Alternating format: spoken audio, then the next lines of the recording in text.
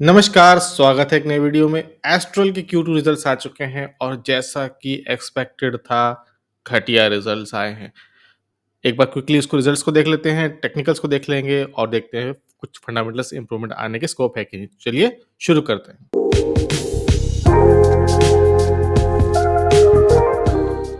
अगर आप देखोगे 1 दिन में तो फ़र्क नहीं पड़ेगा, लेकिन आप देखोगे 5 दिन में मूवमेंट हल्का-सा है। 1 मंथ में देखोगे तो 5.74 आएगा, 6 महीने में देखोगे तो 14.32% नीचे। ये 3 महीने का होता तो ज़्यादा दिखाई देता, ट्रेडिंग व्यू पे हम देखेंगे।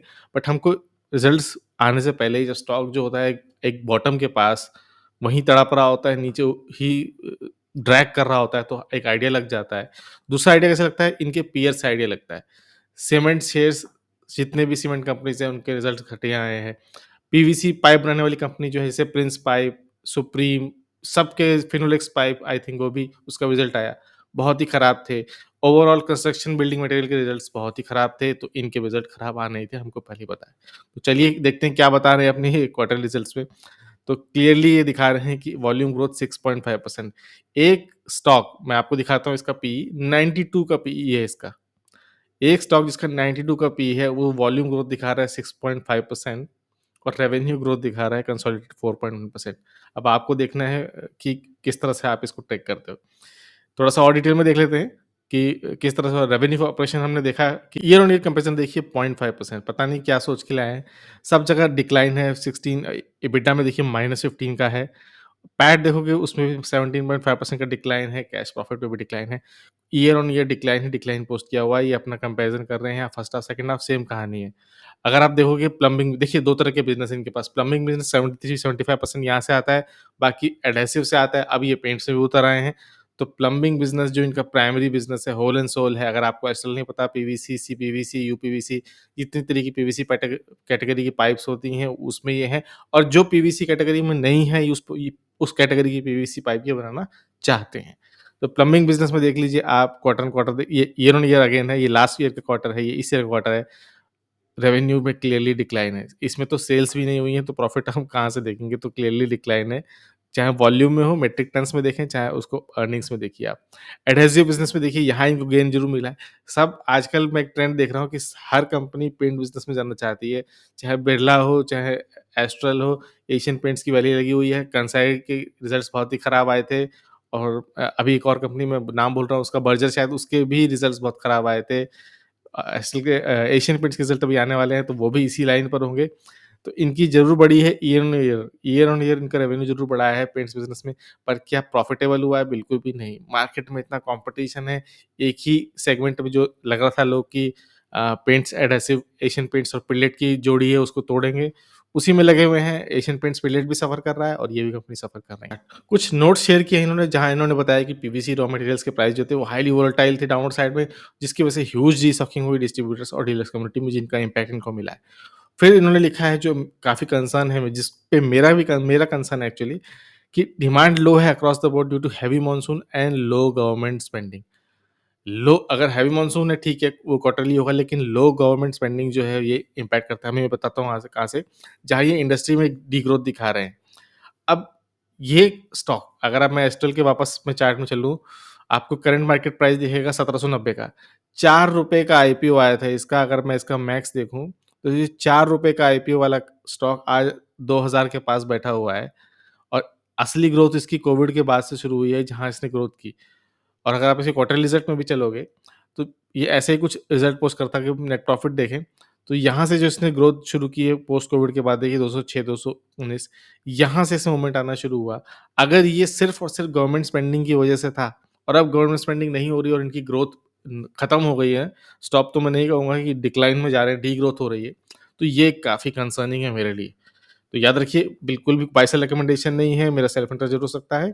ये सिर्फ़ एक प्रैक्टिस है, एनालिसिस करने की, चार्ट को स्टडी करने की, इसके रिज़ल्ट स्टडी करने की। अब कंपनी कह रही है कि वो अपना एक नया हैदराबाद में प्लांट है, उसपे कमर्शियल प्रोडक्शन जो स्टार्ट कर दिया है और ये सेकंड हाफ में इम्प्रूव करेगा। इसके अलावा बाथवेयर्स में भी चले गए हैं ये लोग, वहाँ पे से कुछ रेवेन्यू है। आई डोंट थिंक कि इसमें उतना स्पेंडिंग, इतना इनकम है कि ये कुछ उसको डिक्लाइन कर पाएँ। ये 74% आपको ईयर ऑन ईयर बेसिस पे इंक्रीज़ भी दिखा देंगे, उसका भी फ़ायदा नहीं है। ₹1 से बढ़ के ₹2 आसान होता है, ₹1000 से ₹2000 बढ़ाना मुश्किल होता है। तो जिसमें कभी नाम मात्र का ग्रोथ है, वहाँ पे इंक्रीज़ का परसेंटेज हमेशा हाई रहेगा।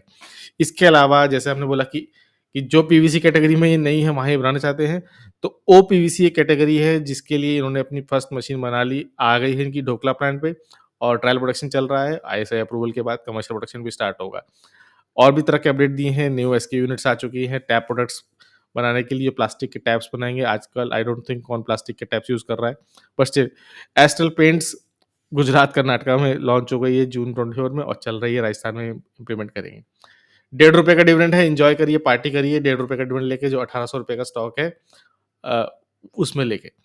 लेकिन फिर 92 का पीई है, अगर आप इसके पीयर्स देखोगे ना, ये अपने पीयर से क्यों डिफरेंशिएट करती है, बट अगर आप सुप्रीम का पीई देखो ये 54 का है, फिनोलेक्स देखोगे 38 का है, तो इसके पीयर्स में ये इकलौता सोर है जिसका पीई जो है 91-92 के आसपास है, काफ़ी हाई है। और आप अगर आप ग्रोथ भी नहीं है इसमें क्वार्टरली, एनुअली दोनों तरफ भी। ये तो हमने ईयरली ईयरली देख लिया इनके पीडीएफ में, अगर आप स्निपेट देखो तो क्वार्टरली क्वार्टरली भी डिक्लाइन है। ईयरली हम पहले देख चुके हैं, तो देखिए क्वार्टरली सेल्स में भी डिक्लाइन है, एबिटा में तो डिक्लाइन ऑब्वियसली है, नेट प्रॉफिट तो पता नहीं कहाँ गड्ढे में जा रहा है, ईपीएस में कंटिन्यू डिक्लाइन है। तो ऐसा स्टॉक जो फाइनेंशियली इंप्रूव नहीं कर रहा है, उसका क्या होगा गॉड नोज़। चार्ट्स में चलते हैं, चार्ट्स में देखिए पहले से ही ऊपर से आके नीचे गड्ढे में बैठा हुआ है। ये लाइन्स जब हम वीकली बेस पर देखेंगे तो हमको समझ में आएगी, बट एक नियर टाइम सपोर्ट के पास है और यहीं ड्रैग कर रहा है। जैसे कि वीडियो के शुरू में बोला था कि अगर 3 महीने का हम इसका चार्ट देखें तो हमको पता चलेगा। तो अगर मैं कुछ इस तरह से ड्रॉ करूँ तो 30% डाउन है ये जून 2024 से। तो लास्ट क्वार्टर रिजल्ट जहाँ पर आया था प्राइस उसके बिल्कुल पास में है। उस क्वार्टर और इस क्वार्टर में कुछ भी फ़र्क नहीं आया है। तो ये तो हो गई डेली बेसिस कहानी। अगर आप 200 डे में ओपन करो और 50 डे में ओपन करो तो क्लियरली एक डेथ क्रॉस बन चुका है, जो कि एक टेक्निकल साइड्स में नेगेटिव सिंबल होता है, एक नेगेटिव ट्रेंड के लिए डिक्लाइन होता है। अगर आप देखोगे तो लोअर लो, लोअर हाई ही बन रहे हैं यहाँ पर, छोटे टाइम पर भी आप देखोगे। बहुत ही शार्प डिक्लाइन, कंसोलिडेट नहीं कर पाया नीचे की तरफ। तो टेक्निकली साइड डेली बेसिस पर तो काफ़ी हालत ऐसी खराब है। वीकली बेस पे चलते हैं क्योंकि मुझे पसंद है वीकली चार्ट्स। तो वीकली चार्ट्स में आप देखोगे कि ये एक सपोर्ट का लेवल है, पहले रेजिस्टेंस का लेवल हुआ करता था, यहाँ पे रेजिस्टेंस हुआ करता था। फिर ये सपोर्ट का लेवल बन गया, इस पे कंसोलिडेट किया, ब्रेकआउट देने की कोशिश की, ब्रेकआउट भी आया, लेकिन उसके बाद टोटल फिज़ल्ड आउट होके बैठ चुका है यहाँ पर। तो रिजल्ट्स अच्छे नहीं हैं, टेक्निकल चार्ट्स अच्छे नहीं है, लेकिन फिर मैं एसबीआई कार्ड्स को आपको रिमाइंड करना चाहूँगा। एक सपोर्ट के पास, वीकली सपोर्ट के पास बैठा है और ये लॉन्ग टर्म वीकली सपोर्ट है। तो हो सकता है कि रिजल्ट थोड़ा-सा नीचे जाए फिर रिकवर कर जाए। ये वीकली कैंडल है, ये जो आपको ग्रीन कलर की डोजी सी दिख रही है, ये वीकली कैंडल है। अभी वीक में टाइम है, आज आखिरी दिन है, तो देखते हैं किस तरह से बनेगा, रेड बनेगा, ग्रीन बनेगा। पहले से ही जो खराब रिजल्ट का जो प्राइस है वो प्राइस्ड इन है। कंपनी कमेंट्री मैनेजमेंट किस तरह से आज अपने आप को पेश करता है उस पर डिपेंड करेगा। अगर आप 50 वीकली ओपन करोगे तो उसके भी नीचे है, 100 ओपन करोगे उसके भी नीचे है, 200 करोगे तो उसके पास नियर आउट सपोर्ट है। तो 1600 के पास ज़रूर एक सपोर्ट है और सिर्फ 1600 के पास अगर आप एक ट्रेंड लाइन ड्रॉ करो तो भी आपको यहाँ पे सपोर्ट दिखाई देगा। तो नीचे की तरफ एक और सपोर्ट है, ऐसा नहीं कि यहीं सपोर्ट खत्म हो गया। बट आपको देखना है कि आपको किस तरह से उस इस प्राइस को लेना है और इस वैल्यू को लेना है। तो ये तो हो गई बात वीकली बेसिस पर, अब मंथली बेस पे भी देख लेते हैं कि कैसे एक ₹4 का स्टॉक, ₹4 का आईपीओ वाला स्टॉक नीचे गया और शार्प मूवमेंट आया इसमें। अब जो हमको एनालिसिस दिख रही थी कि वो एक नीचे सपोर्ट है, वो मंथली बेस पे सपोर्ट नहीं दिखता।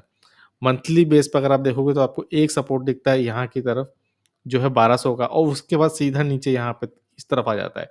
ये 600 का है। तो मंथली बेस पे तो चार्ट बहुत खराब है, इसलिए मैं देखना भी नहीं चाहता। आँखें बंद कर लेता हूँ मैं जानबूझ के कि शायद इतना नीचे ना जाए, बट स्टिल इन्वेस्टर्स भी आप देखोगे, अभी इसके इन्वेस्टर्स में भी देखेंगे। बट वीकली बेस पे एक सपोर्ट लाइन पर है, वहाँ पे सपोर्ट है। अगर सपोर्ट करता है तो वेल गुड और नहीं करता है तो वेल गुड। इसके वापस चलते हैं इसके चार्ट्स में और इसके इन्वेस्टर्स देखते हैं। तो प्रोमोटर्स तो उतने ही बने हुए हैं। हल्का सा पोजीशन ट्रिम किया एफआईज़ ने, हल्का सा पोजीशन बढ़ा है नाम मात्र का डीआई ने, जितना परसेंटेज गिराया उतना यहाँ बढ़ा है और थोड़ा-सा पोजीशन लिया पब्लिक ने। तो शेयर होल्डर्स अभी तक तो मूव नहीं किए हैं, बट इस रिजल्ट्स के बाद मूव करते हैं, कैसे करते हैं वो आपको डिपेंड होगा। मैं वापस खोल देता हूँ, पॉज़ करके आराम से लेवल ड्रॉ कर लेना, फिर देखना क्या करना है, क्या नहीं करना है। वीडियो अच्छा लगा हो, एनालिसिस अच्छी लगी हो, आपके पास एस्ट्रल पाइप्स हो तो please like, share and subscribe.